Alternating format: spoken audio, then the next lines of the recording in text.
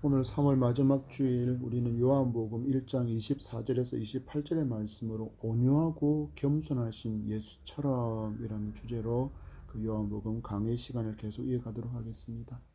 시간이 지날수록 우리 주변에 원수들이 많아지는 세상이 되어 간다는 것을 우리는 이미 경험하고 있습니다. 가족이 원수가 되어 서로를 살해하는 시대를 만났습니다. 또한 이웃이 원수가 되어 층간에서 일어나는 그 소음으로 인하여서 갈등하고 심지어 살인사건이 일어나기도 합니다.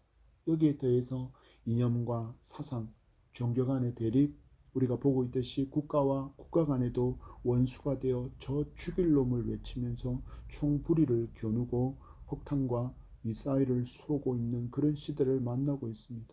바꾸어 말하면 사랑이 식어가고 용서가 사라진 시대를 만났다라고 할 수 있습니다.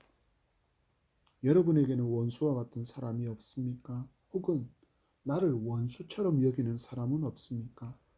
우리는 이 혼란의 시대, 전쟁의 소문이 끊이지 않는 이 공포의 시대, 무엇을 소망으로 붙들고 살아야 할지, 그리고 이 두려움들을 어떻게 하면 넉넉히 이길 수 있을지, 우리 말씀 가운데 큰 은혜와 교훈 받는 복된 시간 되기를 축복합니다. 오늘 24절의 말씀 이렇게 시작합니다. 그들은 바리새인들이 보낸 자라. 아멘. 요단강에서 회개를 외치고 회개 세례를 베푸는 세례요한을 찾아온 제사장과 레위인들의 배후가 누구였는지를 말씀이 알려주고 있습니다. 이들이 바리새인들이었다라고 이야기합니다. 이들은 분리되다, 나누다라는 뜻을 하는 히브리어 파루시라는 그 단어를 헬라어로 표기했던 바리사이오스라는 그 언어, 이 바리새인이라는 단어는 바로 이 헬라어적인 표현을 우리 한글로 옮긴 말이 바로 바리새인입니다. 예수님이 오시기 전 거의 1, 2세기 전에 셀레우커스 왕조가 있었는데 그 왕조에 대항해서 BC 168년에 일어났던 마카비 독립전쟁 이후에 이 마카비 집안 사람들이 왕과 그리고 제사장직을 겸하게 되었습니다. 그들이 그렇게 하면서 이 마카비 쪽의 후손들이 이스라엘을 대적하고 있었던 그 에돔 사람들과 정치적으로 야합하는 모습에 그렇게 반기를 들고 유다 혈통을 중심으로 순수한 율법적인 삶을 주장한 종파가 바로 바리새파였습니다. 기록에 따르면 BC 1세기경에는 이스라엘 백성들에게 가장 존경받는 종교인이었고 그리고 지도자로서도 인정을 받았던 사람들이 바로 바리새인이었습니다. 그런데 우리가 알듯이 처음에 그 순수했던 마음들이 시간이 지나면서 순수했던 그 마음과 동기는 사라지고 외형적인 것만을 더 가치 있게 여기는 형식주의에 빠진 그런 종교인이 되었고 지금은 사두개인이라는 종교인들과 치열한 권력 다툼을 하고 있는 무리가 바로 바리새인들이었습니다.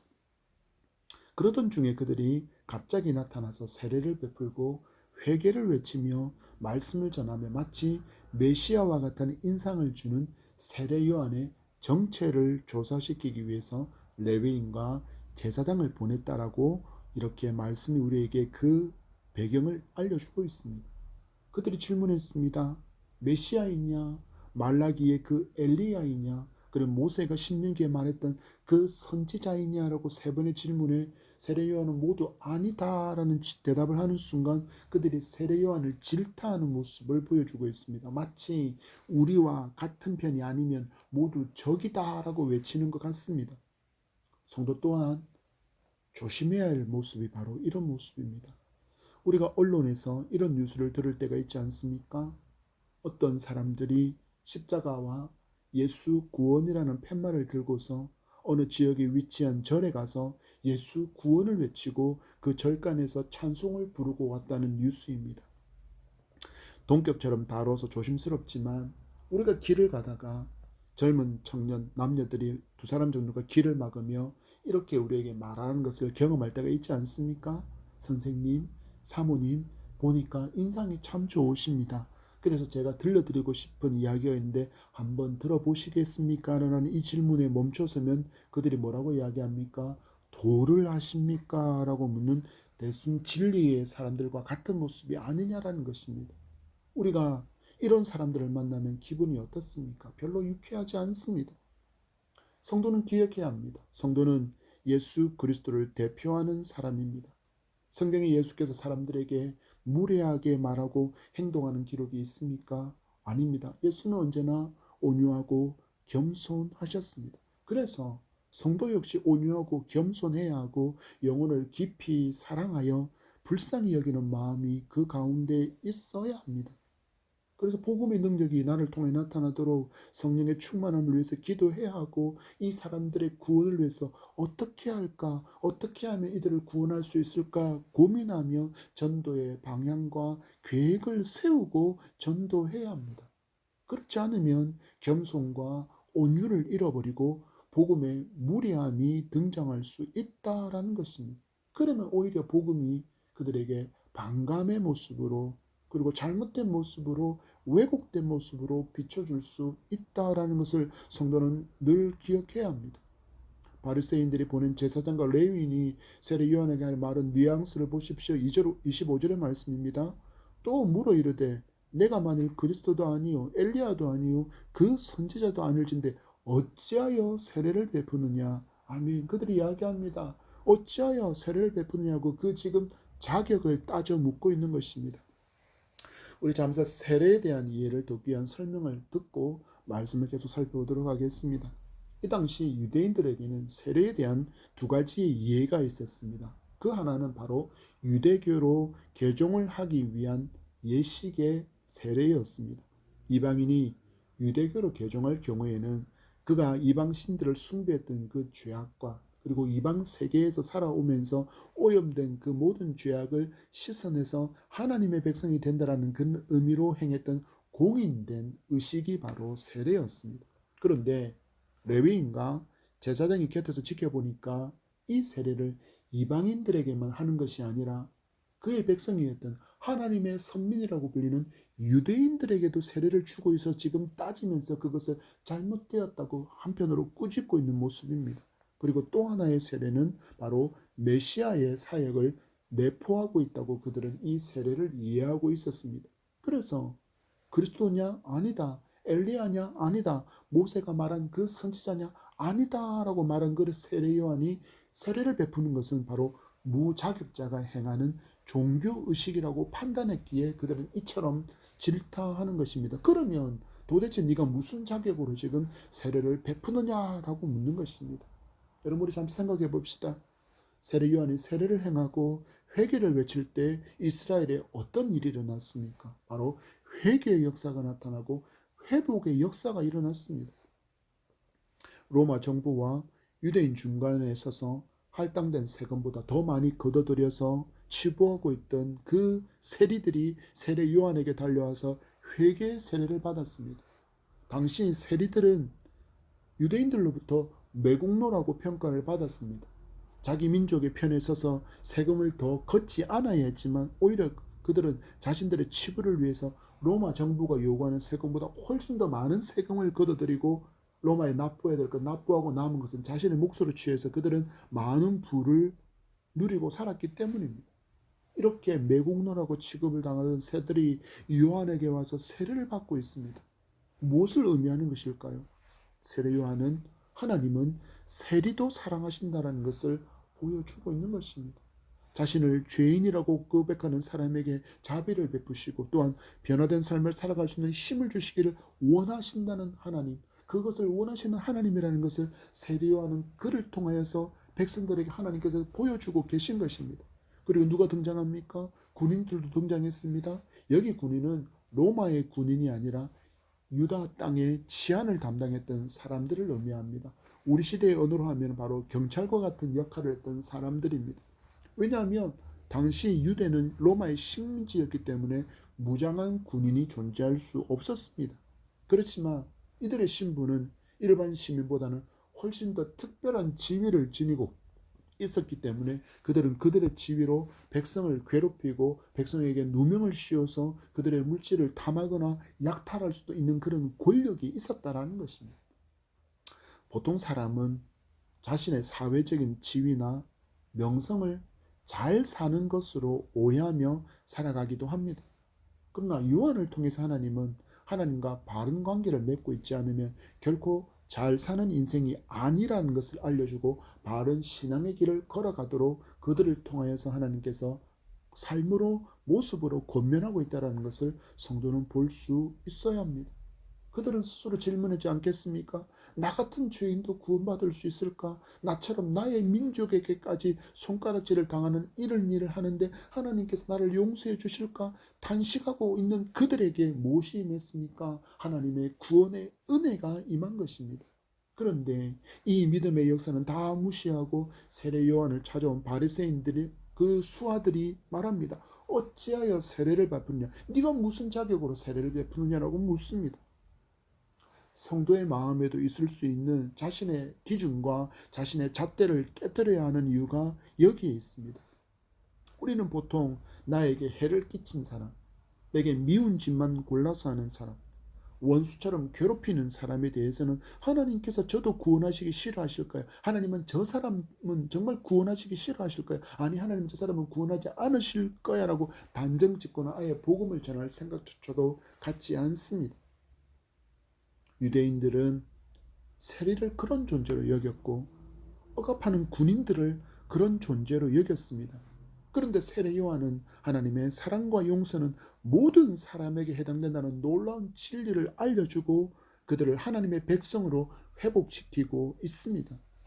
혹시 미워서 나를 괴롭혀서 금전적으로 정신적으로 나를 힘들게 만들어서 원수와 같아서 그래서 저 사람에게만큼은 복음을 전하지 못하겠다고 생각한다면 십자가로 원수된 나를 살리신 그리스도의 사랑을 기억하고 그에게도 눈물로 복음의 씨앗을 심을 수 있기를 축복합니다.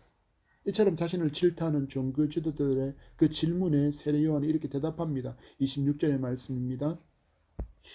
요한이 대답하되 나는 물로 세례를 베풀거니와 너희 가운데 너희 알지 못하는 한 사람이 섰으니 아멘. 여러분, 세례 요한이 누구입니까? 천사의 수태고지로 탄생했고 거기에 더해서 메시아께서 오실 일을 예비하는 자로 선택되었다는 놀라운 신탁을 받은 사람이 바로 세례 요한입니다.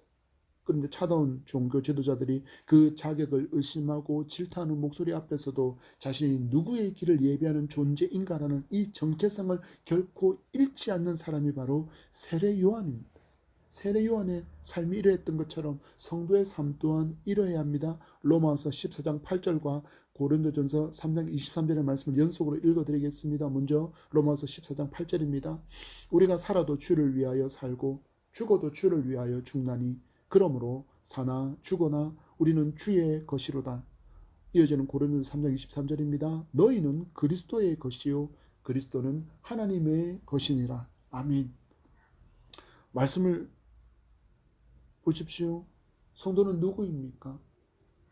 이 질문에 성도는 누구입니까? 라는 이 질문에 적어도 이 두 구절의 성경으로 대답할 수 있는 우리이기를 소망합니다. 말씀은 우리에게 이야기합니다. 성도는 그리스도의 소유다. 그리스도의 것이다 라고 이야기합니다. 자녀가 잘못하면 누구를 탓합니까? 그의 부모를 탓하지 않습니까? 도대체 집에서 어떻게 교육을 시켰길래 집안 교육을 어떻게 시켰길래 자녀가 저럴까? 저렇게 예의도 모르고 저렇게 오만방자하냐? 저렇게 버릇이 없냐라고 그렇게 부모를 탓하지 않습니까? 그렇다 그러면 하나님의 자녀인 성도가 잘못하면 성도를 욕합니까? 아니면 그리스도를 욕합니까? 예수쟁이들.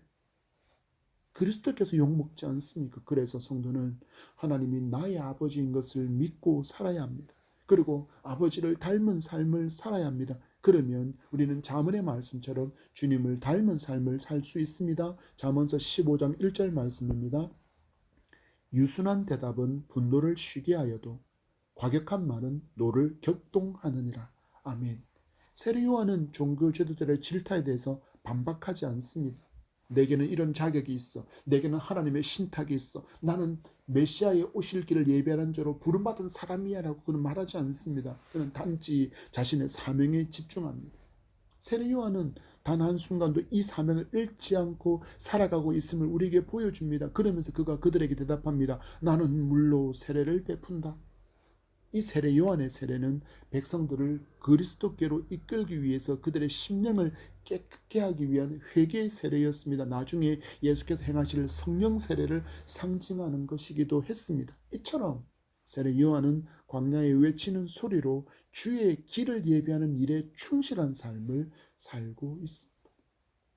이와 같이 성도가 살기 위해서는 성도는 매일의 삶에서 자기 부인이 있어야 합니다. 내가 죽었다는 것을 인정하지 않으면 우리는 주님을 저 뒷방에다가 모셔두고는 내가 주인이 되어서 나의 인생을 좌지우지하려고 합니다. 이런 인생은 어떻게 될까요? 바로 하나님의 뜻과는 전혀 상관없는 그런 삶을 길을 걸어갈 수밖에 없습니다. 갈라디아서 2장 20절은 우리에게 이렇게 말씀합니다. 내가 그리스도와 함께 십자가에 못 박혔나니 그런즉 이제는 내가 사는 것이 아니요 오직 내 안에 그리스도께서 사시는 것이라. 이제 내가 육체 가운데 사는 것은 나를 사랑하사 나를 위하여 자기 자신을 버리신 하나님의 아들을 믿는 믿음 안에서 사는 것이라. 아멘. 성도가 예수 그리스도를 믿기 전에는 죄로 인해서 마귀의 종, 하나님과 원수로 살았지만 예수 그리스도를 믿은 후에는 하나님의 자녀가 되었고 하나님의 뜻을 구하는 삶을 살아가는 그런 존재가 되었다라고 갈라디아서는 우리에게 선포하고 있습니다. 우리가 보통 어버이날에 선물을 누구 마음에 드는 걸로 보통 준비합니까? 보통은 자녀의 기준에서 이것을 부모님이 좋아하실 거야 라고 판단하고는 준비하는 경우가 많습니다. 이런 선물을 부모에게 건넸을 때 부모가 싫은데 라고 자녀 앞에서 내색하는 부모는 많지 않습니다. 대부분 좋구나, 마음에 든다 라고 말합니다. 어떻게 하면 됩니까? 먼저 여쭤보면 됩니다. 뭐가 필요하세요? 어떤 선물이 좋을까요? 라고 여쭤보면 됩니다. 요즘은 이런 단계가 번거로운 사람들은 보통 알아서 마음에 드시는 거 구매하세요 라고 현금 봉투를 내밀든지 상품권을 주는 이유가 바로 거기에 있지 않습니까? 성도도 하나님께 이런 모습일 때가 많습니다. 더군다나 내가 죽지 않고 살아서 자기 마음대로 생각하고 행동한다면 하나님의 마음은 전혀 알지도 못한 채 하나님과 마음과는 반대편에 선 삶을 살 수 있다는 것을 기억하시기 바랍니다. 세례 요한은 말합니다. 나는 소리입니다.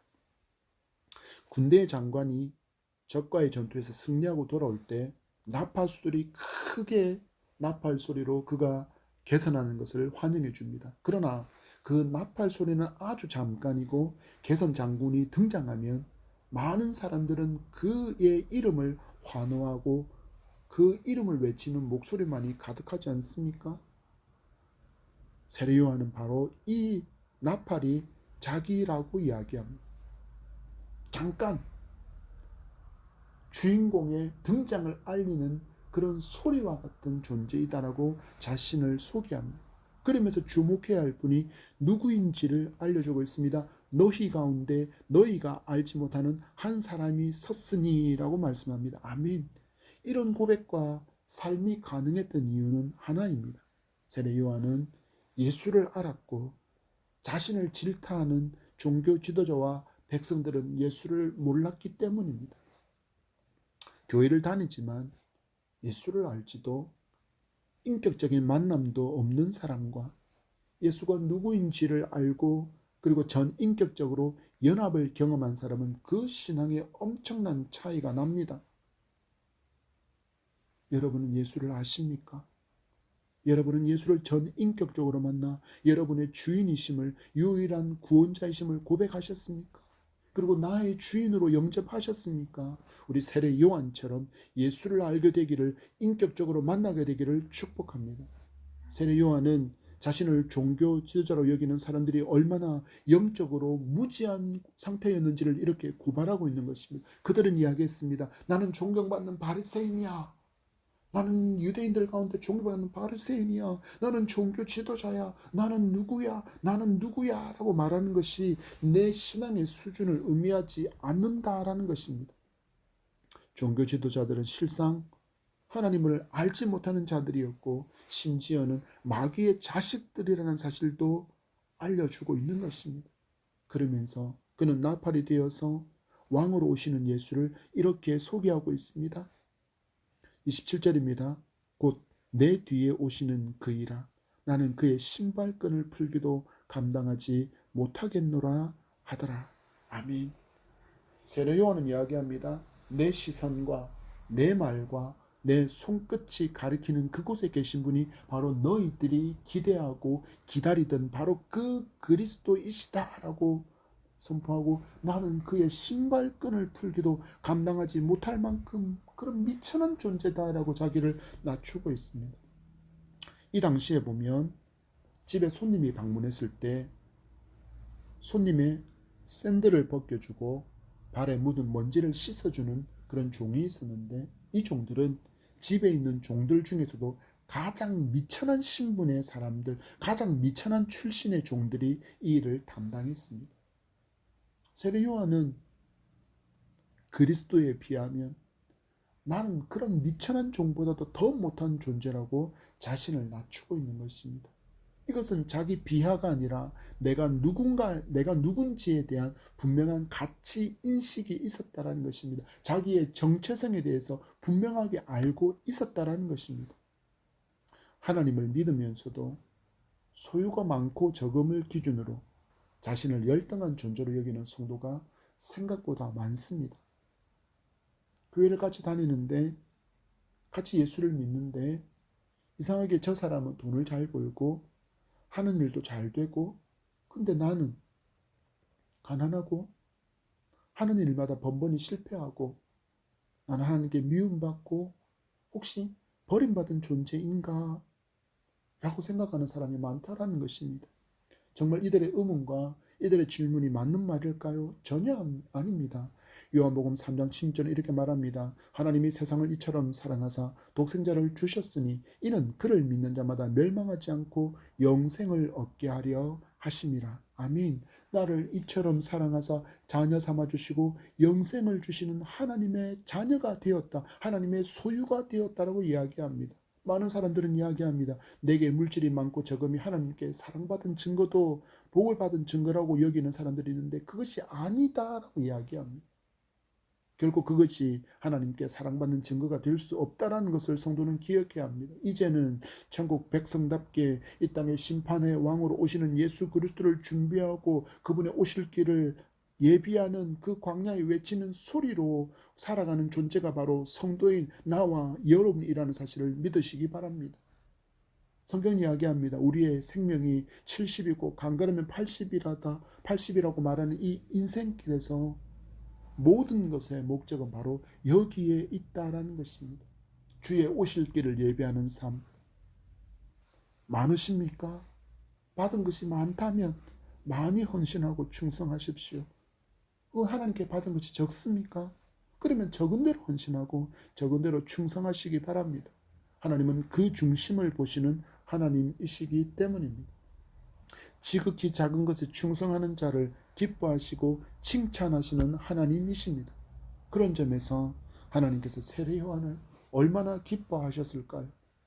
자신을 얼마든지 높일 수 있는 환경과 그리고 많은 사람들의 환호에 쌓여 있었지만 그는 교만하지 않고 겸손도 잃지 않았습니다. 그리고 자신에게 맡겨진 사명, 주님의 오실 길을 예비하는 자, 광야에서 잠시 있다가 사라지는 소리와 같은 그 사명을 너무나도 기쁘게 잘 감당했습니다.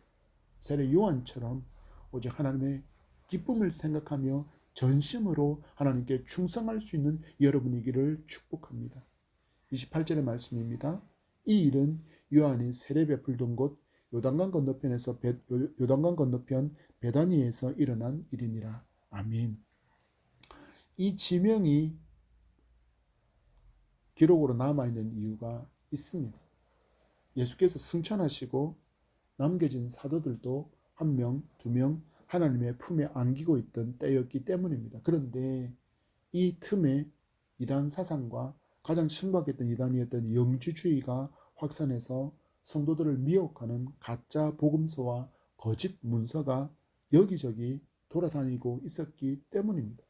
그래서 사도 요한은 이 문서가 자신의 목격, 자신의 경험을 바탕으로 하고 있다는 것을 알려주기 위해서 구체적인 지명에 대한 설명을 여기에 하고 있는 것입니다.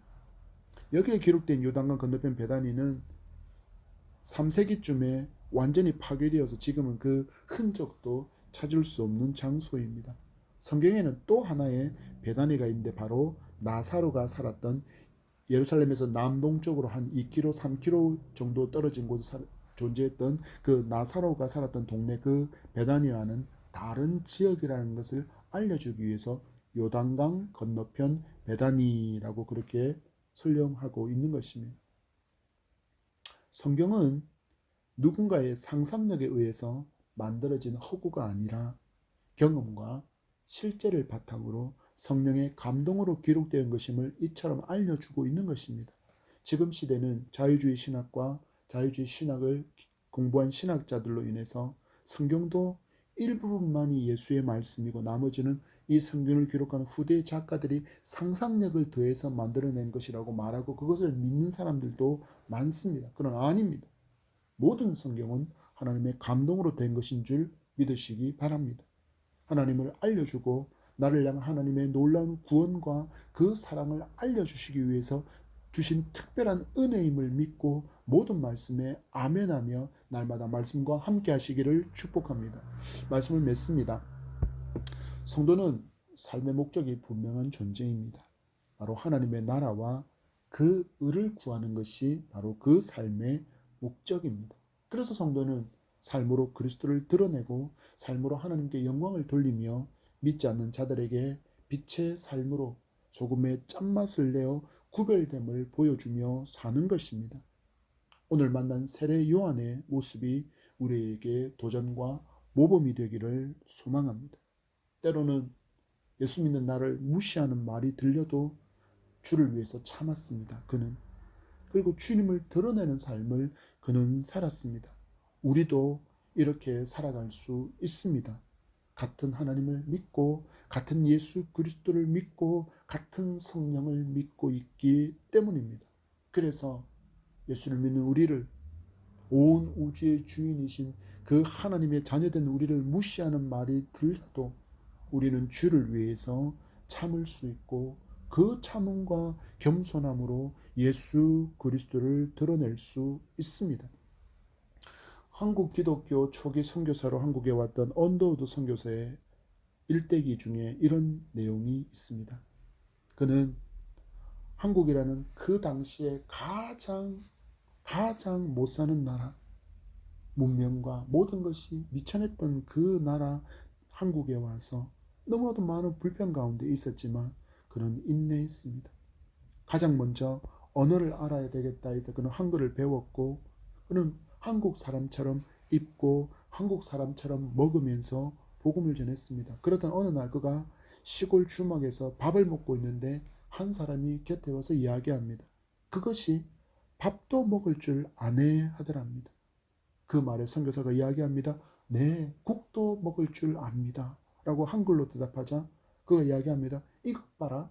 그것이 말도 할 줄 아네 하더랍니다. 이 말에 언더우드 선교사는 글도 쓸 줄 압니다. 라고 겸손과 온유함을 잃지 않고 대답했습니다. 여러분 단어를 보십시오.